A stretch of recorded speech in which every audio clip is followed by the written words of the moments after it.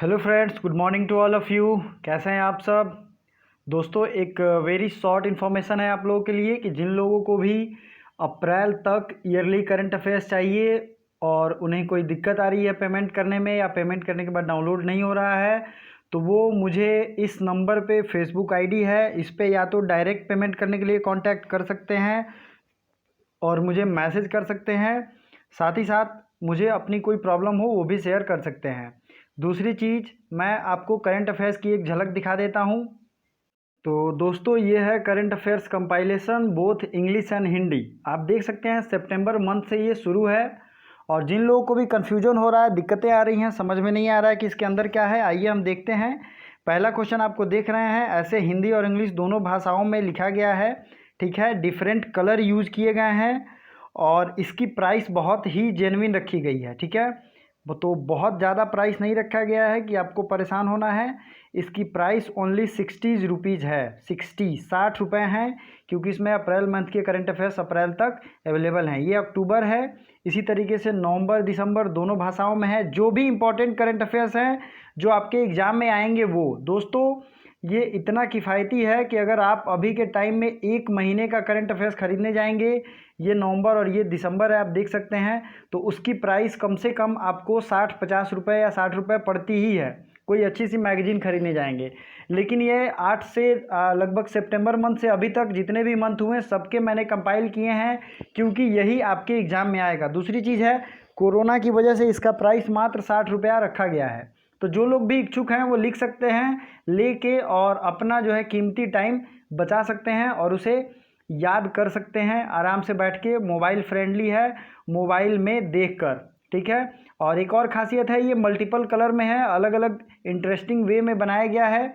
और साथ ही कुछ और इन्फॉर्मेशन अगर मैं बताऊं तो ये एमसीक्यू में भी दिया गया है।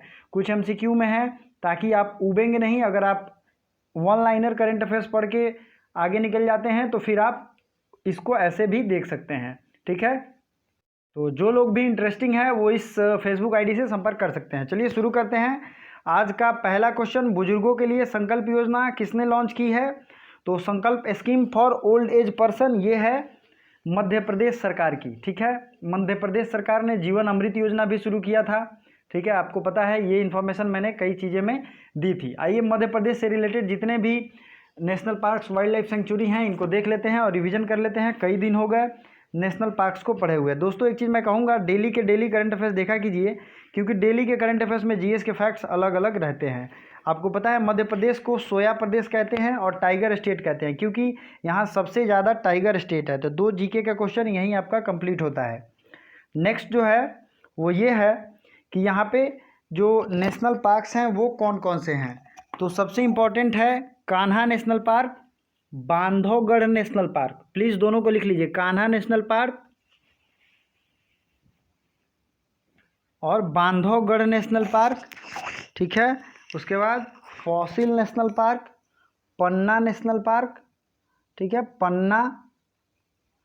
नेक्स्ट है सतपुरा नेशनल पार्क और वन विहार, ठीक है, वन विहार। इसलिए मैं स्लो बोल रहा हूँ ताकि आप लोग नोट कर पाएँ। तो ये सारे नेशनल पार्क जो हैं वो कहाँ हैं?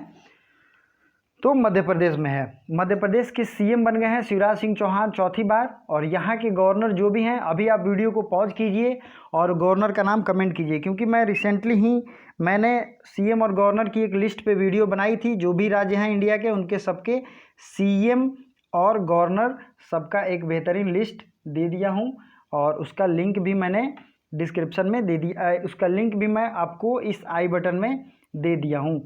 और साथ ही अप्रैल मंथ का जो मंथली करंट अफेयर्स होता है, अप्रैल महीने का monthly current affairs second part, वो भी आ चुका है। तो जो लोग नहीं देखे हैं वो प्लीज़ जाएं, डिस्क्रिप्शन में भी लिंक मिल जाएगा और इस आई बटन पे दबा के देख सकते हैं, ठीक है। चलिए अगला क्वेश्चन देखते हैं। अगला क्वेश्चन देखने से पहले उत्तर प्रदेश का भी नेशनल पार्क देख लेते हैं। उत्तर प्रदेश में नेशनल पार्क कौन सा है? तो दुधवा नेशनल पार्क, ठीक है। और उत्तर प्रदेश से अलग हुआ है उत्तराखंड, उसमें है कार्बेट नेशनल पार्क। और ये भारत का सबसे पहला नेशनल पार्क या वाइल्ड लाइफ सेंचुरी था, जिसको सबसे पहले क्या नाम दिया गया था? तो हैली नेशनल पार्क। ये आपको ध्यान रहना चाहिए। नेक्स्ट है राजस्थान। राजस्थान के जो भी हैं उनको देख लेते हैं। तो सबसे इम्पोर्टेंट जो है राजस्थान का, वो है Sariska national park, Ranthambore national park, Mukundra hills national park, desert national park और केवलादेव नेशनल पार्क। ये सारे नेशनल पार्क जो भी हैं वो कहाँ के हैं? तो ये हैं राजस्थान के। उड़ीसा के सिमलीपाल और भीतरकनिका 2 नेशनल पार्क उड़ीसा के स्थित हैं। तो ये आई होप ये सब आपने नोट कर लिया होगा। वीडियो को लाइक करते चलिए। और भ्रष्टाचार निरोध के लिए व्हाट्सएप नंबर किस राज्य सरकार ने जारी किया है? त्रिपुरा, नागालैंड, मिजोरम और मेघालय। तो बताइए। ये जारी किया है त्रिपुरा की सरकार ने। ठीक है, त्रिपुरा में 2 नेशनल पार्क है। एक है राजाबरी नेशनल पार्क या बाइसन भी उसको कहते हैं, राजाबरी आप लिख लीजिए, या फिर बाइसन भी उसको कहते हैं। दूसरा है क्लाउडेड लेपर्ड नेशनल पार्क भी त्रिपुरा में है। नेक्स्ट है नागालैंड में कौन सा नेशनल पार्क है? इनटांकी, ये है नागालैंड में। ठीक है। नेक्स्ट है मिजोरम में मुरलेम नेशनल पार्क और ब्लू माउंटेन नेशनल पार्क, ये है मिजोरम में। मेघालय में गारो खासी जयंतिया तो हैं, आपको पता होगा, लेकिन 2 नेशनल पार्क भी है, बालफक्रम नेशनल पार्क, बालफक्रम और नोकरेक, ये दोनों नेशनल पार्क जो है वो मेघालय में है। नेक्स्ट है आरबीआई के केंद्रीय बोर्ड के नए निदेशक अपॉइंट हुए हैं। तरुण बजाज, सुधा शर्मा, पीयूष श्रीवास्तव और नासिरा शर्मा। तो ये जो है तरुण बजाज, ये आरबीआई केंद्रीय बोर्ड के नए निदेशक अपॉइंट हो गए हैं, तरुण बजाज। नेक्स्ट है आरबीआई की स्थापना किस एक्ट के तहत हुई थी? तो ये हुई थी 1935 के एक्ट में, और इसकी स्थापना हुई थी 1937 में, आपको पता होगा। और इसके जो राष्ट्रीयकरण का प्रोसेस हुआ था 1949 में। सबसे पहले इसके अगर गवर्नर की बात करें तो वो थे ऑसबॉर्न स्मिथ, और सबसे पहले अगर भारतीय गवर्नर थे तो उनका नाम था सीडी देशमुख। ऑसबॉर्न स्मिथ सबसे पहले अंग्रेज थे।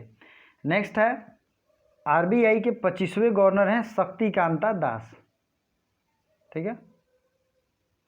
और आरबीआई के बोर्ड में ही कुछ दिन पहले जो गवर्नर की बोर्ड होती है उसमें विराल आचार्य की भी अपॉइंटमेंट हुई है, और एमडी पात्रा, इनकी अपॉइंटमेंट किस आरबीआई से रिलेटेड ही बोर्ड में हुई है, ये आपको याद होना चाहिए। एमडी पात्रा, अगर आपको याद है और आप जानते हैं तो एमडी पात्रा के बारे में जो भी डिटेल पता है आप मुझे कमेंट करके बता सकते हैं।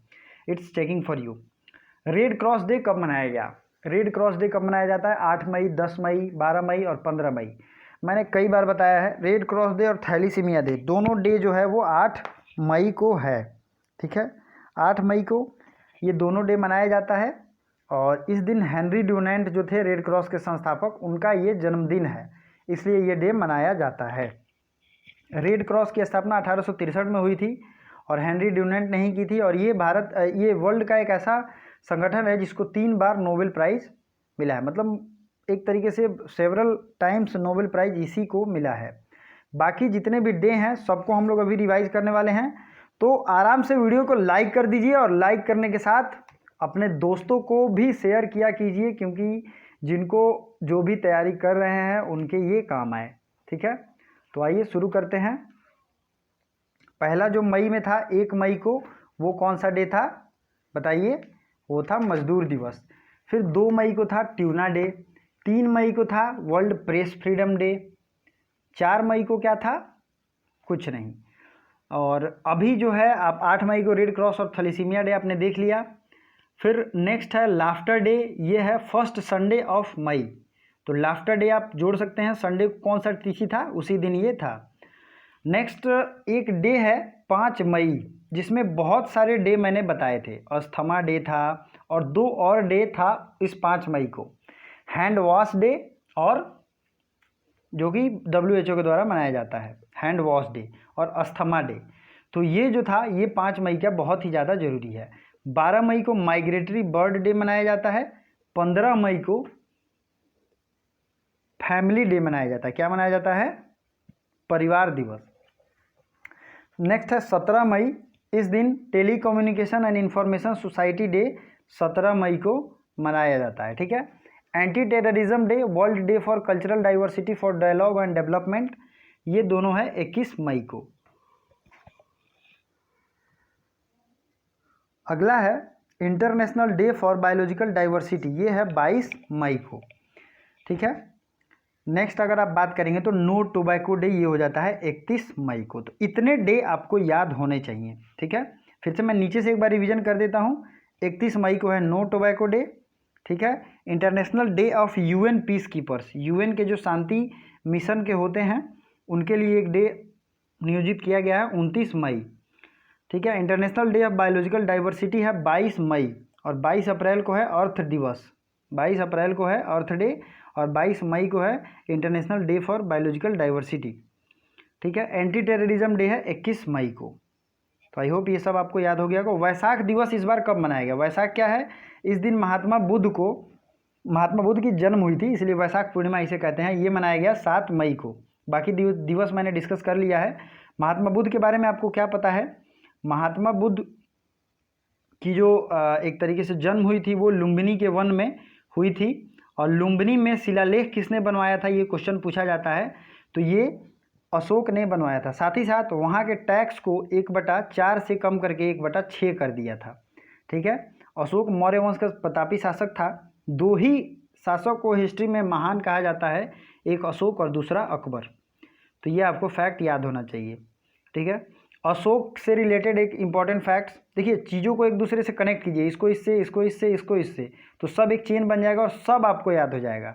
अशोक जो है कलिंग की लड़ाई लड़ा था 261 ईस्वी पूर्व में, और उसके बाद उसने धर्म परिवर्तन किया और धम्म घोष की संज्ञा दी थी, और आपको पता ही है बौद्ध धर्म का काफ़ी प्रचार प्रसार किया। महेंद्र और संघमित्रा 2 बेटा बेटी थे इसके, इन दोनों को श्रीलंका भेजा प्रचार के लिए। ये क्वेश्चन एग्जाम में पूछा गया है। अब आते हैं महात्मा बुद्ध से। तो महात्मा बुद्ध को ज्ञान की प्राप्ति हुई थी बोध गया में। ठीक है, नेक्स्ट उनके लिए पहला उपदेश उन्होंने दिया था सारनाथ में, जो कि बनारस है। उनकी मृत्यु हुई थी, पहला उपदेश को कहते हैं धर्म चक्र प्रवर्तन, और उनकी जब मृत्यु हुई थी तो वो हुई थी कुशीनगर में, और कुशीनगर इस घटना को कहते हैं महाभिनिष्क्रमण। ठीक है, तो घर छोड़ने की बात को कहते हैं महाभिनिष्क्रमण। मैंने थोड़ा उल्टा बोल दिया। महाभिनिष्क्रमण जो है ये घर जब इन्होंने छोड़ा था, त्याग किया था 30 वर्ष की अवस्था में, तब इसे कहते हैं महाभिनिष्क्रमण। और महापरिनिर्वाण कब होता है? जब ये अपना शरीर त्याग दिए थे कुशीनगर में। तो आई होप ये सब आपको याद हो गया होगा, रिवीजन आपने कर लिया होगा। तो आइए कुछ और अगर चीज़ चाहते हैं आप लोग तो आप मुझे कमेंट करके ये बता सकते हैं अपने नॉलेज को बढ़ाने के लिए। बौद्ध धर्म से रिलेटेड 4 संगीतियाँ हुई हैं। ठीक है, चारों का प्लेस कौन कौन सा है मुझे अभी याद है, लेकिन मैं ये देखना चाहता हूँ कि कितने लोग कॉन्शियसली इस वीडियो को देख रहे हैं। चारों बौद्ध संगीति जहाँ जहाँ हुए हैं उनका नाम सहित और हेड का नाम भी पता है तो आप लिख सकते हैं। सार्वजनिक उपक्रम समिति का अध्यक्ष किसे बनाया गया है? तो सार्वजनिक पब्लिक, आपने कल देखा था पब्लिक अकाउंट कमेटी बना था, ये सार्वजनिक उपक्रम समिति भी होता है, कमिटी ऑन पब्लिक अंडरटेकिंग, इसको इंग्लिश में कहते हैं कमिटी ऑन पब्लिक अंडरटेकिंग। तो इसके हेड बने हैं मीनाक्षी लेखी जी।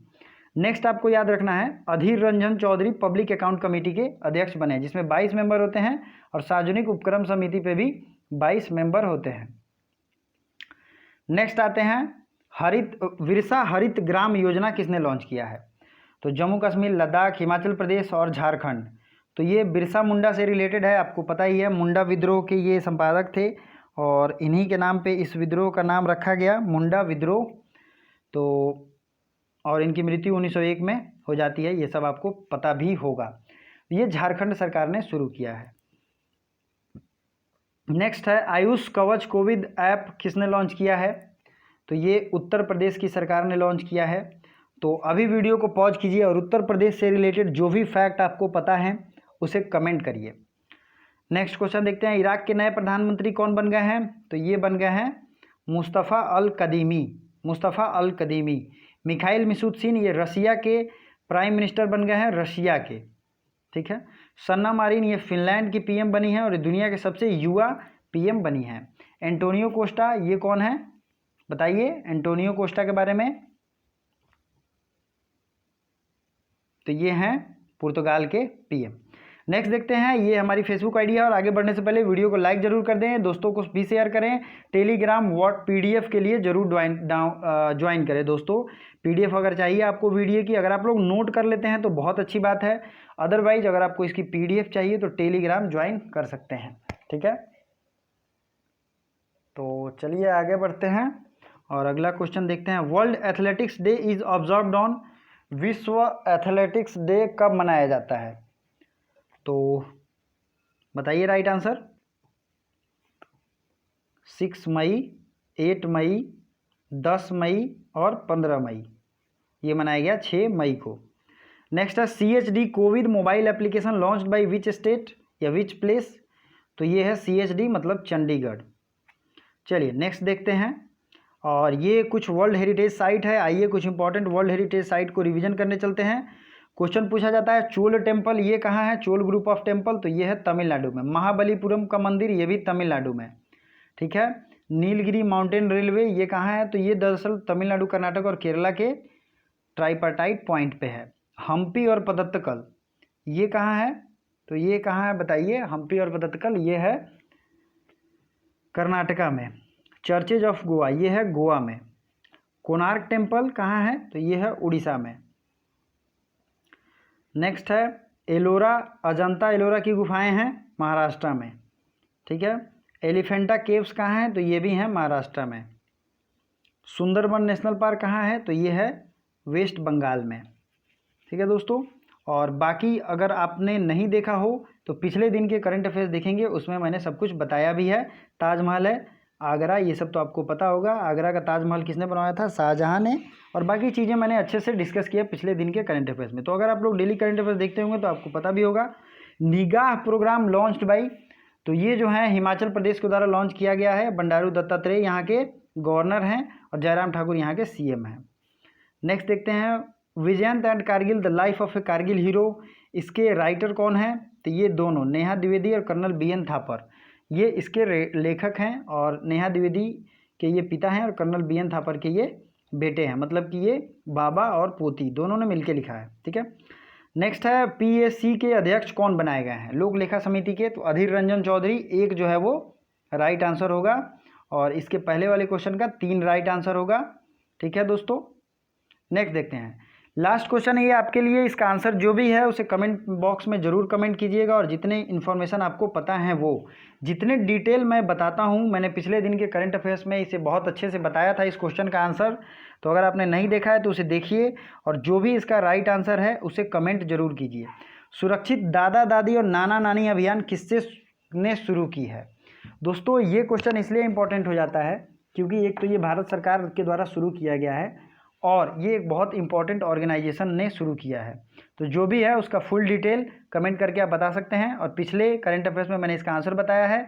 अगर आपको PDF चाहिए तो आप कमेंट कर सकते हैं, और दूसरी चीज़ ये है कि आप फेसबुक पे भी संपर्क कर सकते हैं, टेलीग्राम पे भी लिंक मौजूद है। Thank you so much.